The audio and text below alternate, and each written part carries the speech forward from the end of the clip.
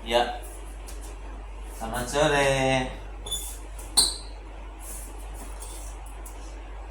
Shalom semuanya saudaraku, dimanapun saudara berada. Kita mau sharing firman Tuhan dengan Pastor Tony. Kami mau membahas firman Tuhan yang mengenai kesalehan Ayub diuji. Ya, haleluya, haleluya. Saudara terkasih dalam kasih Tuhan, kalau kita melihat konteksnya dari peristiwa kehidupan Ayub, yaitu Ayub itu adalah orang yang paling kaya di tanah Uz, di tanah sebelah timur, dan orang yang paling diberkati Tuhan, orang yang hidupnya takut akan Tuhan, soleh, jujur, rendah hati, setia. Nah, tetapi Ayub itu mempunyai 7 anak laki-laki dan 3 anak perempuan. Nah, Ayub sangat kaya, mempunyai 7.000 ekor kambing domba, 3.000 ekor unta, 500 pasang lembu, 500 keledai betina, dan budak-budak dalam jumlah yang sangat besar. Sehingga orang itu adalah orang yang terkaya dari semua orang di sebelah timur. Nah, tetapi saudara-saudara, mengapa Ayub mengalami suatu ujian yang begitu berat? Yaitu dalam satu hari anaknya itu 10 itu langsung meninggal dalam satu hari. Nah, lalu bukan itu saja saudara-saudara, hartanya Ayub pun habis, dirampok oleh suku-suku bangsa yang liar. Nah, ketika Ayub mengalami penderitaan yang demikian, Ayub itu bersujud. Ini adalah adat istiadat Yahudi. Ayub bersujud menggunduli kepalanya, lalu dia merobek jubahnya, lalu dia sujud, dia berkata, "Terpujilah Allah. Aku dilahirkan telanjang, kembali kepada Tuhan telanjang. Tuhan yang memberi, Tuhan yang mengambil." Nah, saudara, kalau kita lihat konteksnya, Ayub itu adalah media pertempuran antara kerajaan Allah dengan kerajaan iblis. Karena ketika malaikat Allah menghadap tahta Allah, di tengah-tengah malaikat itu ada yang namanya Lucifer. Tetapi kedua malaikat ini tidak bisa mengenali bahwa di tengah-tengah mereka itu ada malaikat yang bernama Lucifer, yang sekarang disebut Satan. Nah, makanya iblis itu disebut iblis menyamar sebagai malaikat terang. Dua malaikat ini tidak bisa mendeteksi, mengenali bahwa Lucifer ada bersama mereka. Tetapi Allah mengenali, sehingga Allah bertanya, "Hei iblis, dari mana saja kamu?" Lalu iblis menjawab, "Oh, aku mengelilingi bumi." Lalu Allah itu ingin bangga kepada hambanya Ayub. Juga ada khawatir, wah, iblis mengelilingi bumi, jangan-jangan dia berbuat yang tidak-tidak kepada hambaku Ayub. Nah, di samping bangga, Allah juga ada khawatir. Ketika dia tanya, "Hei iblis, dari mana saja kamu?" Lalu iblis menjawab, "Aku mengelilingi bumi." Lalu Allah berkata, "Bagaimana hambaku Ayub itu?" Lalu iblis mencoba membujuk Allah. Dia berkata, "Jelas, Ayub itu hidupnya takut akan Engkau, tetap percaya dan setia kepada Engkau. Sebab Engkau memberkati Ayub melimpah-limpah. Kau beri kekayaan yang melimpah-limpah. Ke-10 anaknya semua baik-baik saja, sehat."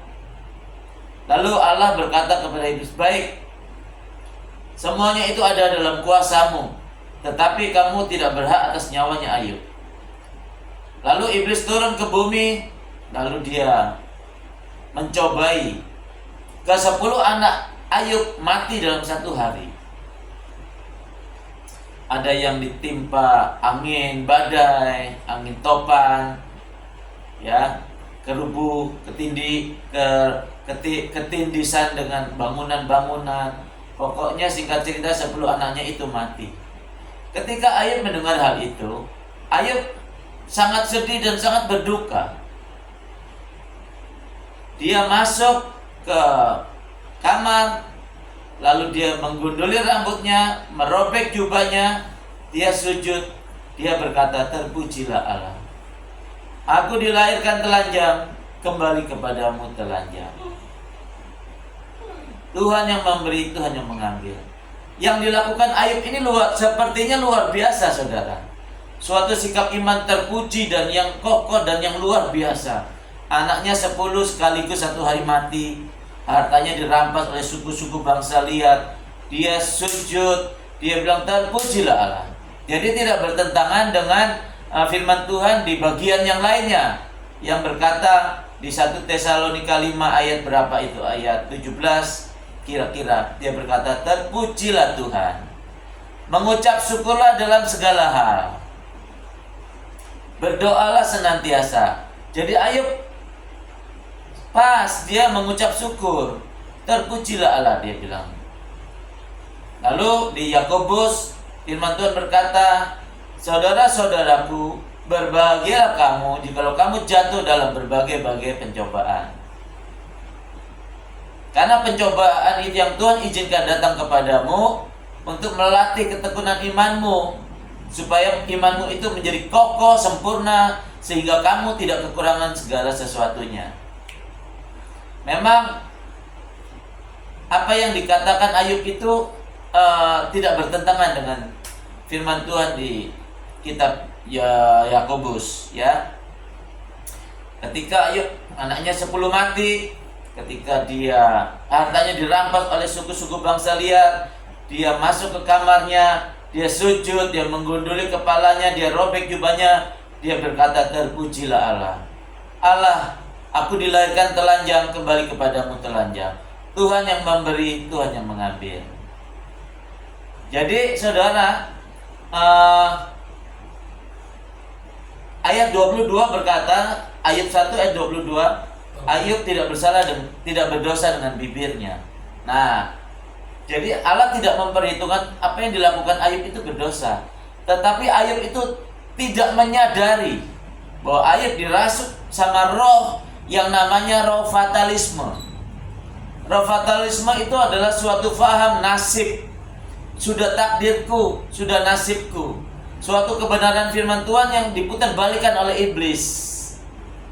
Contoh, ada anaknya seorang pendeta, umurnya 10 tahun, diasuh oleh babysitternya. Di depan gerejanya itu ada trotoar, ya, ini di Flores. Sedang main tangkep-tangkepan bola dengan babysitternya. Lalu ada mobil bak terbuka, mabuk, naik ke trotoar, anak kecil itu ditabrak, meninggal, saudara, kepalanya pecah. Lalu ayahnya sebagai gembala, dia berkata di gereja itu, dia bilang, sudah takdirnya anak saya, sudah jalan hidup anak saya, umurnya 10 tahun itu, dia meninggal ditabrak mobil, kepalanya sampai pecah dan meninggal. Sudah jalan hidup anak saya begitu, sudah takdirnya. Lalu saudara, ada lagi seorang ibu pendeta, dia berkata begini, dia kesaksian di suatu gereja, saudara-saudaraku, aku mengucap syukur, aku berterima kasih kepada Tuhan, sebab ketika suamiku itu berkhotbah, suamiku itu jatuh, sakit jantung, dibawa ke rumah sakit, meninggal. Malam itu juga saya mengucap syukur, saudara, sebab memang suami saya sering berdoa, Tuhan, kalau Engkau memanggil aku, hendaklah ketika aku sedang berkhotbah. Dan itu terjadi, saudara-saudara. Suamiku umurnya 41 tahun. Karena Allah lebih mengasihi suami saya, jadi aku rela, aku mengucap syukur kepada Tuhan. Nah, saudara-saudara terkasih di dalam Tuhan, hal-hal seperti inilah yang bisa kita katakan adalah roh fatalisme, ya. Ada lagi, saudara-saudara, seorang istri baru menikah 3 tahun, 4 tahun, lalu suaminya meninggal. Umurnya baru 30 tahun, suaminya meninggal. Kecelakaan. Jadi dia bilang, aku mengucap syukur kepada Tuhan, sebab sebab Allah lebih mengasihi suamiku daripada aku. Jadi dia diambil lebih dulu. Lalu ada lagi saudara-saudara, seorang suami istri mempunyai anak ya, baru umur 4 tahun, lalu mati saudara-saudara. Ya, sakit terus meninggal. Lalu dia berkata, aku mengucap syukur kepada Tuhan sebab anakku itu yang umur 4 tahun itu meninggal karena Allah lebih mengasihi, lebih sayang anakku. Jadi anakku itu diambil lebih dulu. Jadi pemahaman seperti inilah saudara-saudara yang dikatakan roh fatalisme. Udah nasibku anakku itu umur 4 tahun meninggal. Sudah takdirku aku jadi janda, aku menjadi duda. Sudah jalan hidupku lah, sudah takdirku begini. Sudah takdirku aku hidup miskin. Itu semua adalah paham roh fatalisme saudara-saudara. Sebab Allah itu rancangannya damai sejahtera, sukacita oleh Roh Kudus, bukan kecelakaan. Hari esok penuh harapan. Segala sesuatu yang baik dan sempurna datangnya dari atas, dari Bapa segala terang. Iblislah yang mereka-reka kejahatan atasmu, tetapi aku ubahkan menjadi kebaikan. Jadi kebangkrutan, mati muda itu rancangan iblis saudara-saudara. Karena firman Tuhan berkata umur manusia 70 tahun, kalau kuat sampai 80 tahun. Nah saudara-saudara, kalau kita lihat di 1 Samuel 2 ayat yang ke berapa ini, coba sebentar. 1 Samuel 2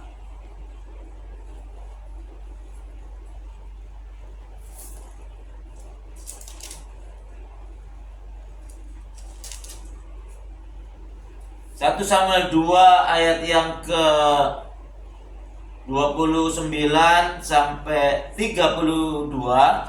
Saudara-saudara, di sini dikatakan sesungguhnya akan datang waktunya bahwa aku akan mematahkan tangan kekuatanmu dan tangan kekuatan kaummu, sehingga tidak ada seorang kakek dalam keluargamu.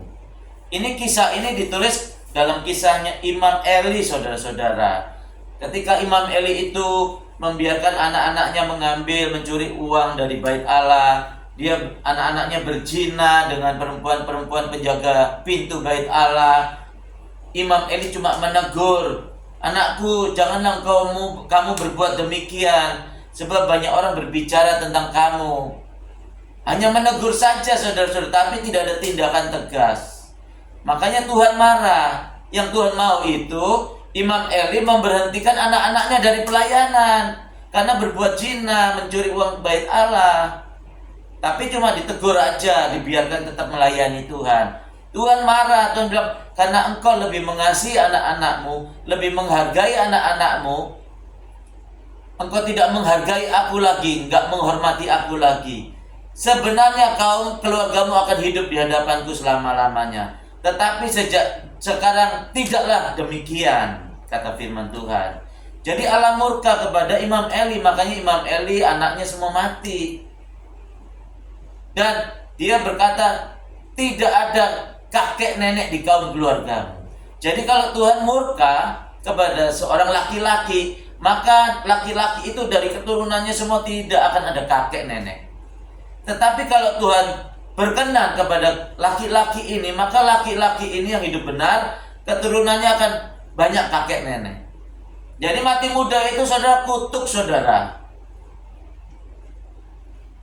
Nah saudara, demikian juga Ayub. Ayub itu ketika anaknya mati 10 orang dalam 1 hari, hartanya habis dirampok.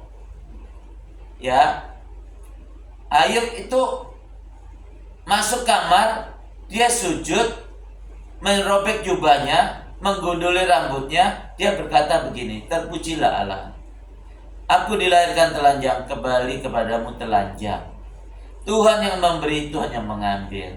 Nah saudara, Tuhan itu tidak pernah mengambil. Jadi kalau memahami firman Tuhan, jangan bertentangan dengan firman Tuhan yang lainnya.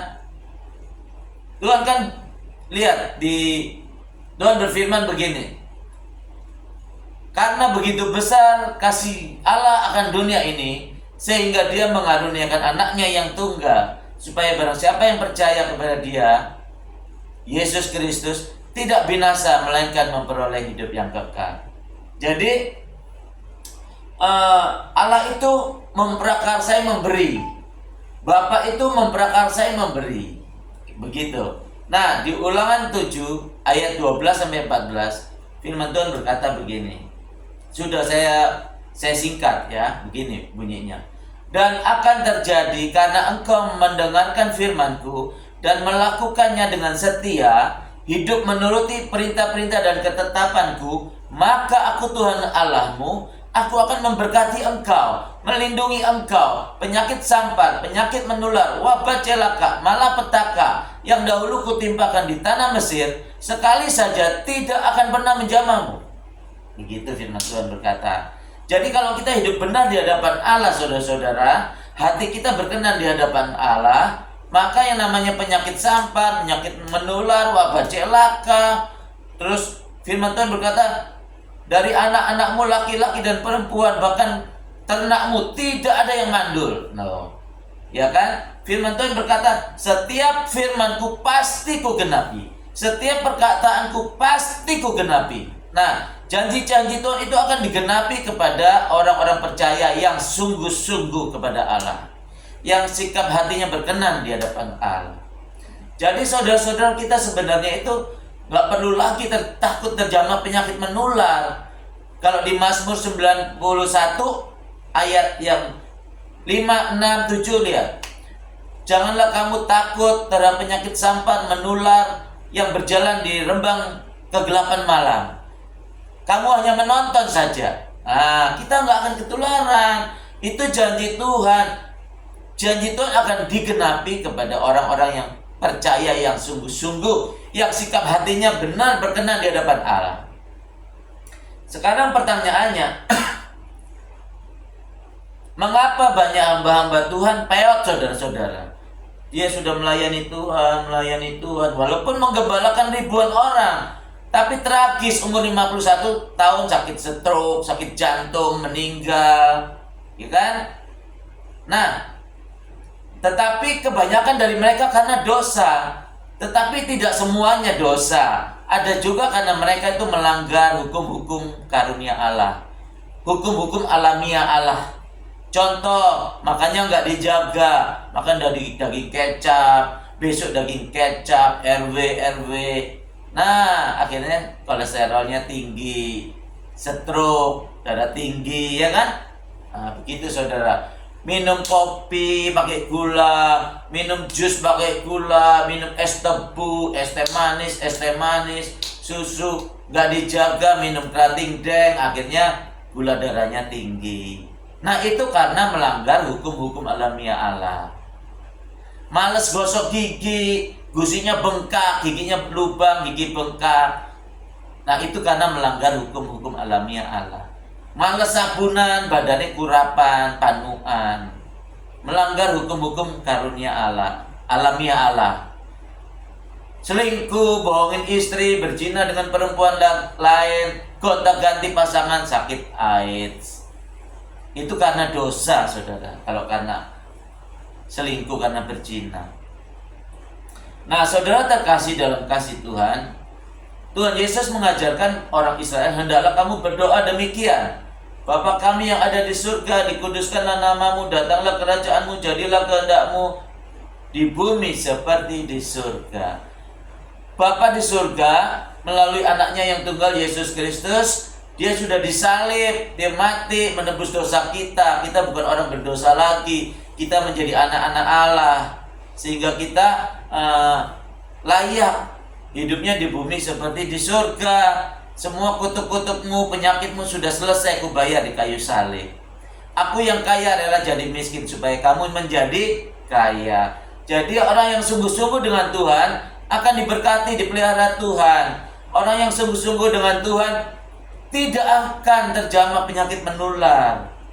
Nah, kenapa kita melayani Tuhan, sudah melayani menggembalakan walaupun ribuan orang, berakhir umur 63 tahun didorong-dorong, sakit stroke di kursi roda. Why? Mengapa kita melayani Tuhan lalu kita alami hal yang demikian? Jadi saudara-saudara, kita harus introspeksi. Melayani Tuhan tuh hatinya harus benar. Nanti dari nggak terkenal, setelah menjadi terkenal, diundang khotbah di Papua, nentuin tarif 45 juta.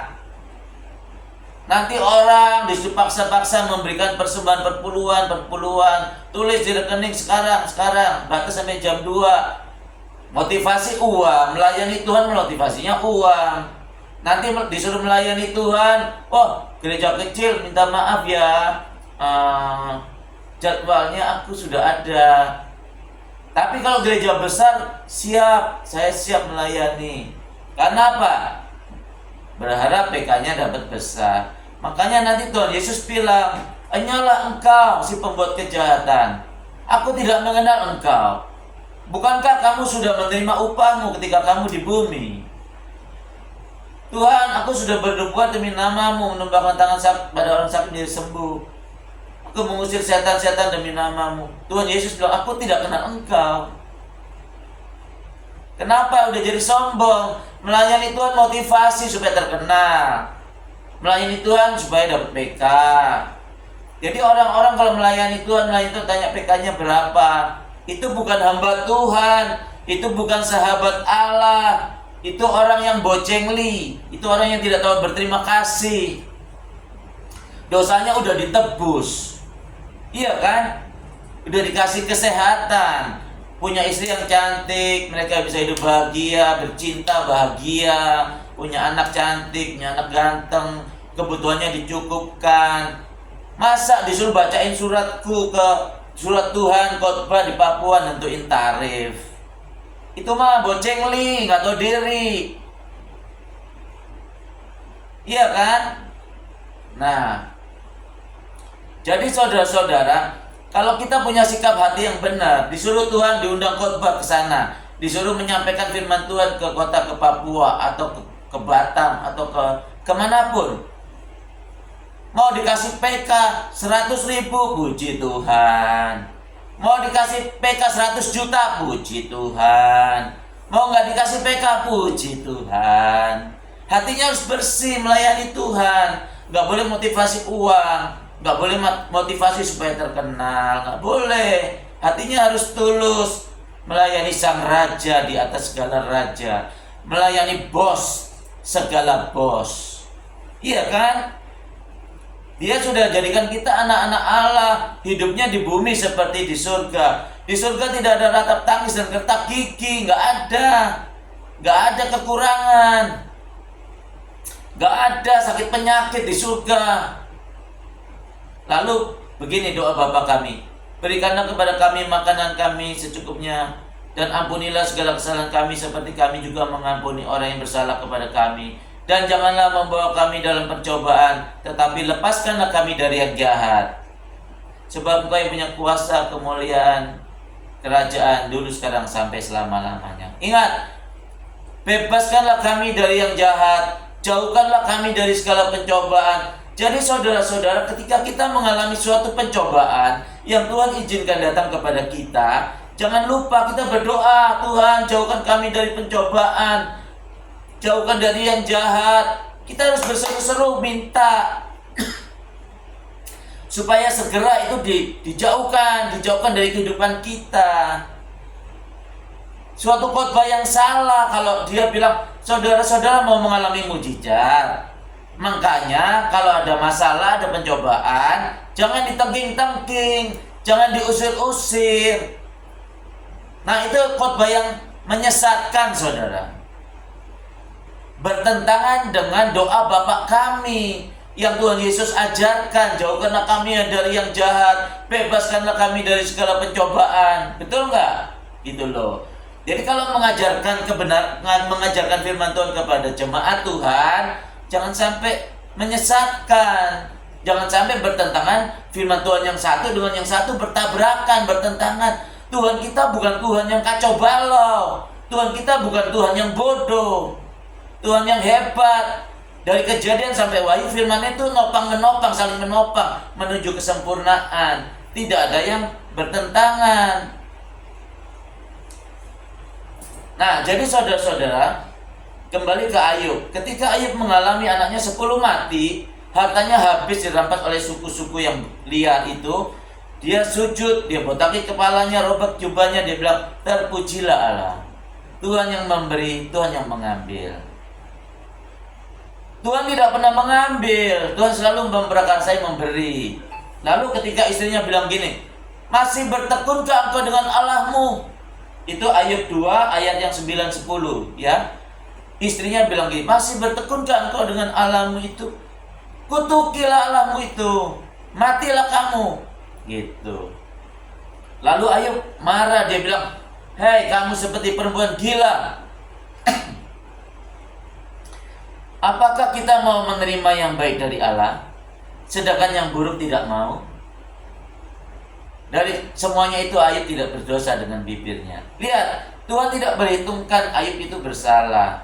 Ayub berkata, seolah-olah yang baik dari Allah, yang buruk dari Allah. Padahal firman Tuhan berkata, rancanganku damai sejahtera, sukacita oleh Roh Kudus, bukan kecelakaan, hari esok penuh harapan. Bukan kecelakaan rancangan Allah. Saya minum dulu saudara ya, minum kopi saudara, santai dulu.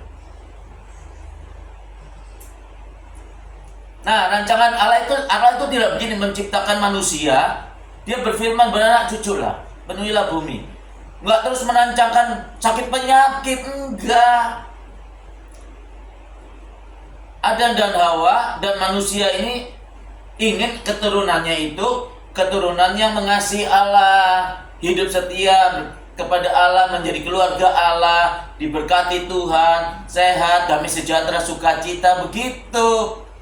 Allah tidak merancangkan ini sakit kanker lah, sakit tumor lah, stroke lah, enggak. Itu kebanyakan karena kesalahan kita. Sikap hati kita nggak benar dengan Allah. Kan melayani pengen terkenal, pengen motivasi dapat uang. Kalau melayani orang kaya semangat, giliran janda miskin nggak bisa datang, Pak Pendeta tolong doakan saya, nggak bisa. Suruh pelayan Tuhannya yang datang, diutus. Tapi kalau orang kaya punya dealer, punya pom bensin, punya perusahaan tambang, dia langsung datang sendiri. Dia cepat, dia datang.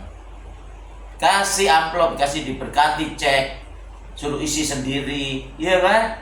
Nah, motivasi, sikap hati yang nggak benar. Jadi saudara-saudara terkasih dalam kasih Tuhan, jadi ketika Ayub itu masih berdolak-dalik dengan Allah, Allah tidak memulihkan keadaan Ayub. Tetapi ketika Ayub dengan rendah hati mengakui kebesaran Allah, bahwa semuanya itu Allah punya kuasa dan kehendak, Allah sanggup memulihkan, Allah sanggup menolong, semua itu kehendak Allah, rancangan Allah itu yang terbaik. Ketika Ayub menyadari hal itu, Ayub keadaannya dipulihkan. Ayub punya anak lagi 10, kekayaannya 10 kali lipat lagi, diberkati Tuhan. Amin saudaraku. Jadi hati-hati percaya kepada Tuhan Yesus, melalui Tuhan Yesus itu yang sungguh-sungguh. Jangan motivasi. Saya saudara-saudara, saya menyampaikan hal ini bukan saya tidak melakukan. Saya seorang penginjil keliling dari Sabang sampai Merauke. Saya pernah nyetir mobil dari Aceh sampai perbatasan Timor Leste. Saya memberitakan Injil. Saya mau dikasih PK, mau nggak dikasih PK nggak masalah. Saya diundang pergi ke Batam, saya diundang ke Sorong, saya ongkos sendiri. Nggak dikasih PK saudara, biaya sendiri. Lalu saudara tentu bertanya, lalu biayanya dari mana Pak Pendeta Bobby? Kalau sekarang begini saudara, kalau saya kerja dengan Pastor Tony punya perusahaan, ya.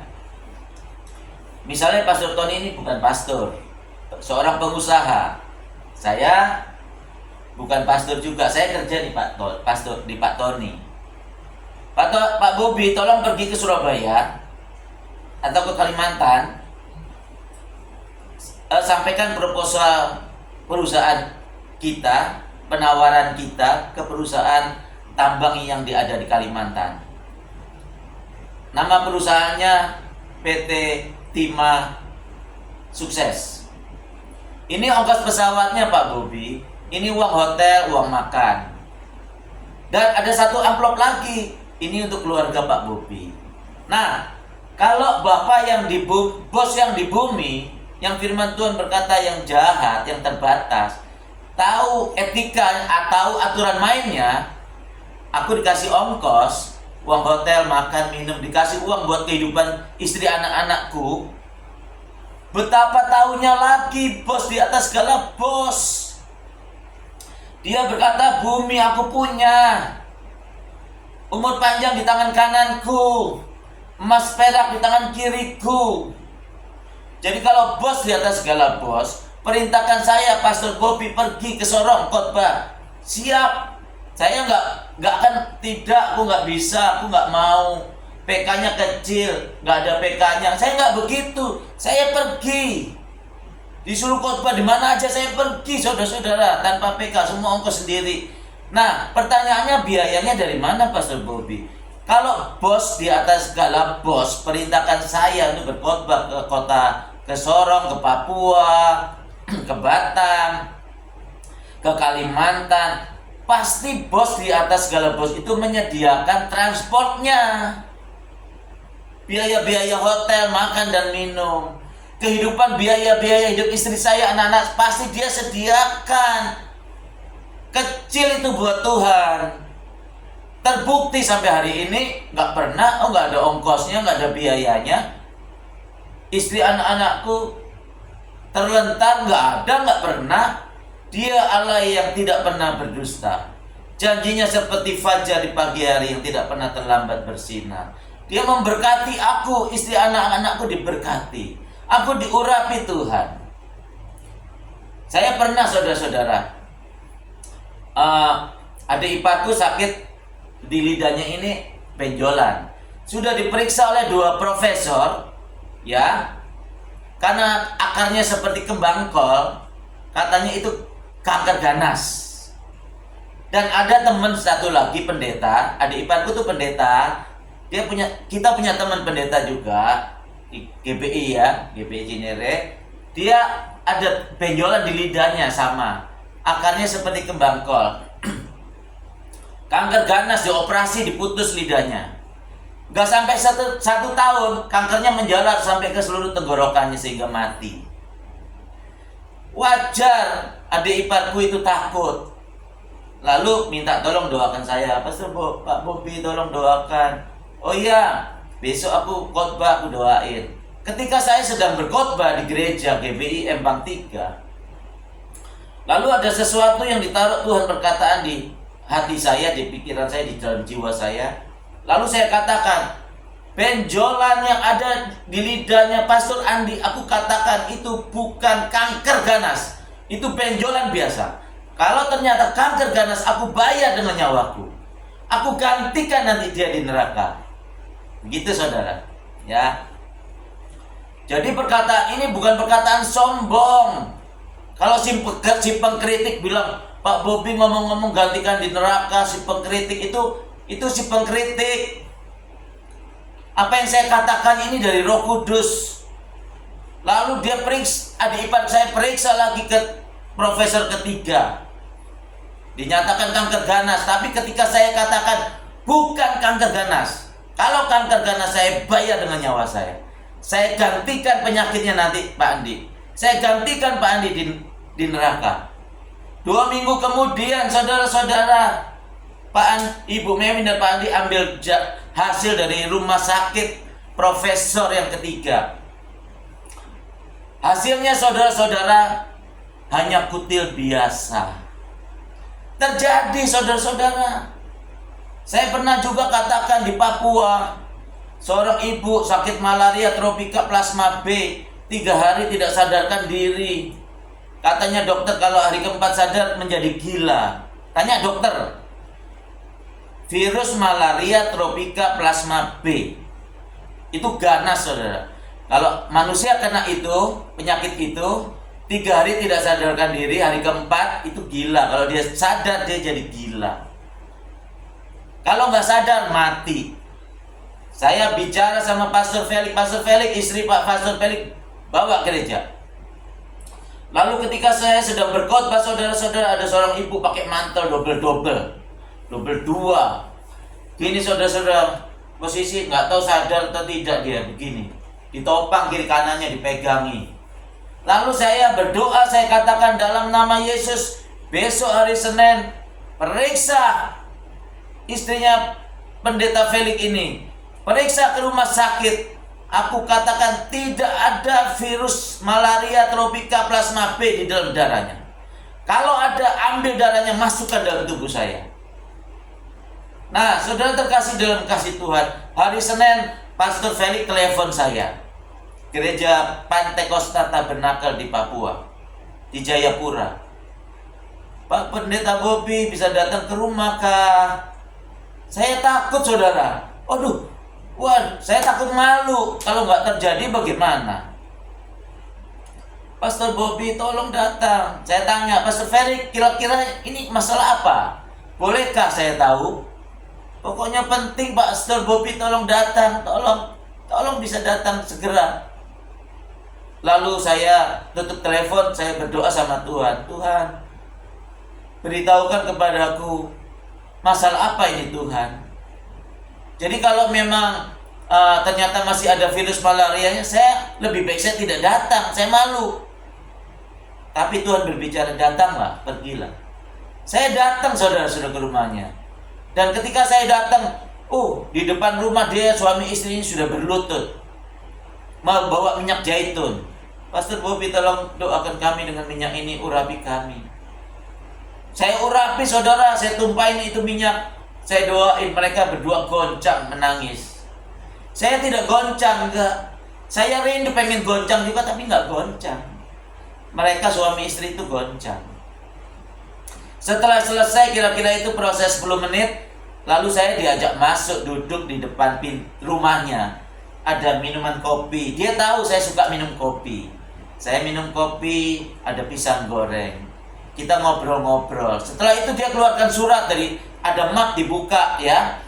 Pastor Bobby, ini ada hasil dari rumah sakit. Saya deg-degan. Di rumah sakit tidak ada virus malaria tropika plasma B. Oh, haleluya saudara. Saudara, apa yang saya katakan terjadi.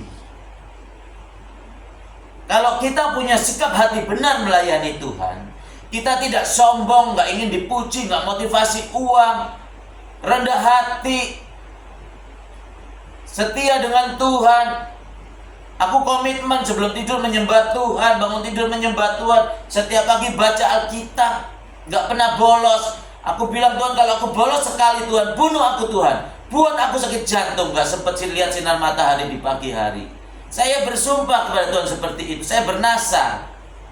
Ada lagi pendeta bilang, jangan bersumpah, jangan bernasar. Itu domain saya dengan Allah. Saya bilang, saya nggak pernah bolos menyembah Tuhan, saudara. Saya nggak pernah bolos baca Alkitab. Nggak ada buku lain yang saya baca. Alkitab buku rohani, Alkitab buku rohani. Menyembah Tuhan, menyembah Tuhan. Sikap hati saya jaga yang benar. Saya nggak pernah benci orang, benci teman-teman sepelayanan. Saya nggak pernah jelek-jelekin orang. Saya nggak sombong, saya mau jaga rendah hati. Saya mau diundang khotbah, puji Tuhan. Nggak diundang khotbah, puji Tuhan. Saya dianggap hamba Tuhan, puji Tuhan. Saya tidak dianggap hamba Tuhan, puji Tuhan. Terserah. Yang penting saya mencari perkenanan Tuhan. Saya tidak mencari perkenanan manusia. Amin. Jadi saudara-saudara, saya tidak terjamah penyakit. Pastor Bobby, aku berdiri tegak, tercacak, tidak tergoyahkan setelah melakukan segala sesuatu. Lalu bukan saya tidak pernah mengalami sakit. Saya bernasar sama Tuhan, saya nggak mau minum obat, nggak mau ke rumah sakit sampai mati. Bukan saya nggak pernah alami sakit, saudara. Saya pernah mengalami sakit lambung. Dari pagi melungker, aduh sakit saudara, sampai nggak bisa ngomong. Dari pagi sampai siang, sampai sore, sampai malam. Jam 9 malam istri saya bilang, ayo kita bawa papa ke rumah sakit. Papa mukanya udah pucat. Saya geleng-geleng. Saya minta pulpen. Saya udah nggak bisa ngomong. Saya minta pakai isyarat, minta pulpen sama kertas. Lalu dikasih, saya tulis, tolong jangan bawa papa ke rumah sakit. Sekalipun papa mati, setidaknya papa bangga papa mati karena pegang janji sumpah papa kepada Tuhan. Lalu nggak dibawa ke rumah sakit, saudara. Saya didoakan sama istri, anak-anak. Singkat cerita, 11:30 saya sudah terbangun. Ketika saya bangun, loh kok saya bisa duduk? Saya olahraga begini, saya jalan, saya bisa. Saya duduk di meja lagi, ambil Alkitab lagi. Istri saya lagi ceplok telur, kan anak-anak mau berangkat sekolah, sarapan pagi. Terus istri saya bilang gini, "Say, lu mau masih minum kopi nggak?" Saya bilang, mau, saya mau. Buatin aku. Istriku bilang gini, "Kamu jangan sombong rohani, jangan mencobai Tuhan." Aku nggak mencobai Tuhan. Kalau by God aku bilang nih, lihat dalam nama Yesus aku minum. Aku mencobai Tuhan, udah tahu racun. Aku minum, ya matilah gua. Nah, jadi aku bilang sih, buatin aku kopi saya. Itu buah-buah yang berbiji, boleh kita makan, boleh kita minum. Istriku bilang buat aja sendiri.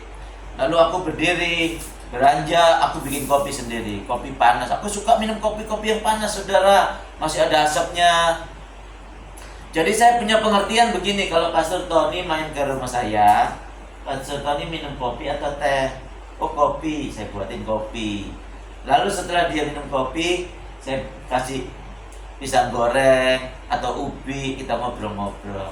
Jadi saya ngobrol-ngobrol sama Roh Kudus, saya minum kopi. Nah, ketika dari malam saya sakit lambungnya, kan kata dokter kalau orang sakit lambung nggak boleh minum kopi. Tapi cara-cara kerajaan Allah dengan kerajaan bumi berbeda. Kalau menurut kerajaan bumi, orang sakit lambung nggak boleh minum kopi, bisa mati. Iya kan? Tapi cara kerajaan Allah berbeda. Sarah sudah tua, umurnya 90 tahun, sudah mati head, tidak bisa mengandung, melahirkan anak nggak bisa. Menurut kerajaan dunia, teknologi, dunia kesehatan medis, orang yang sudah tua dan mati head tidak bisa mengandung. Tapi buat kerajaan Allah berbeda, tidak ada yang mustahil bagi Allah. Tidak ada yang mustahil bagi orang yang percaya. Jadi kalau kita sungguh-sungguh dengan Tuhan, saya meskipun tadi malam sakit lambung, paginya saya tetap minum kopi, baca Alkitab. I'm okay, aku sehat. Tidak ada penyakit yang membuat saya jatuh tergeletak, terkapar, nggak ada. Orang percaya mempunyai kuasa menahan kekuatan musuh. Gitu. Haleluya, saudara terkasih dalam kasih Tuhan. Jadi inilah saudara, tema khotbahnya adalah roh fatalisme. Hati-hati dengan roh fatalisme. Iya kan? Tadi saya dengar suara Roh Kudus. Nanti 2 hari lagi saya akan sakit. Wah, itu bukan dari Roh Kudus. Roh Kudus rancangannya bukan kecelakaan, bukan sakit penyakit. Ya, bagi orang-orang yang sakit minum obat seumur hidup, saya kasih tahu, Tuhan tidak mendesain manusia dengan harus minum obat seumur hidup. Tuhan tidak mendesain manusia harus ngerokok, harus nge-vape. Perhatikan itu, saudara. Haleluya. Percaya, sakit penyakit, malapetaka, segala hal yang tidak baik, usir saudara dalam nama Yesus. Haleluya. Tuhan Yesus memberkati saudara. Amin.